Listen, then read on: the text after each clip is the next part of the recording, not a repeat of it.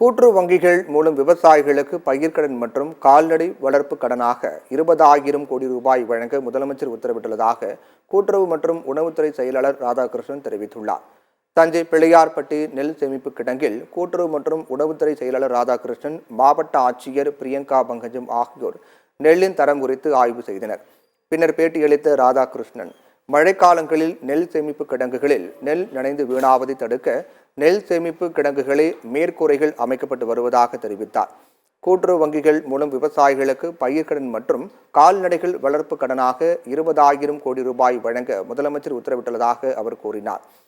தேர்தல் நேரத்தில் துவரம்பருப்பு பாமாயில் ஒப்பந்தம் போட தாமதமானதால் தற்போது ரேஷன் கடையில் துவரம்பருப்பு பாமாயில் வழங்க போர்க்கால அடிப்படையில் நடவடிக்கை எடுக்கப்பட்டுள்ளதாகவும் தெரிவித்தார்.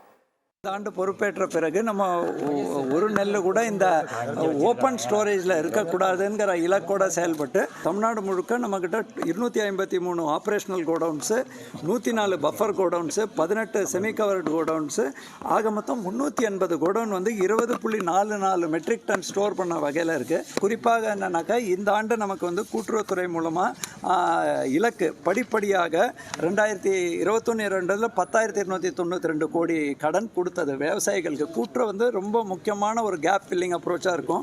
அது 13,442, அதுக்கு அடுத்த ஆண்டாச்சு 22-21, 23-24 வரலாற்றில் இல்லாத அளவுக்கு 15,542 கோடி 18.36 லட்சம் விவசாயிகளுக்கு போச்சு. அந்த வகையில் இந்த ஆண்டு முதலமைச்சர் வந்து 16,500 கோடி கடன் வந்து ரூபாய் கடன் கூட்டுறவு மூலமாக விவசாயிகளுக்கு செல்ல வேண்டும். அது மட்டும் இல்லாமல் கால்நடைக்கு வந்து 2,500 கோடி கடன் செல்ல வேண்டும். அதே மாதிரி மீடியம் டர்ன் கடன் சுமார் 1,090 கோடி செல்ல வேண்டும் என்ற இலக்கு கொடுத்துருக்காங்க.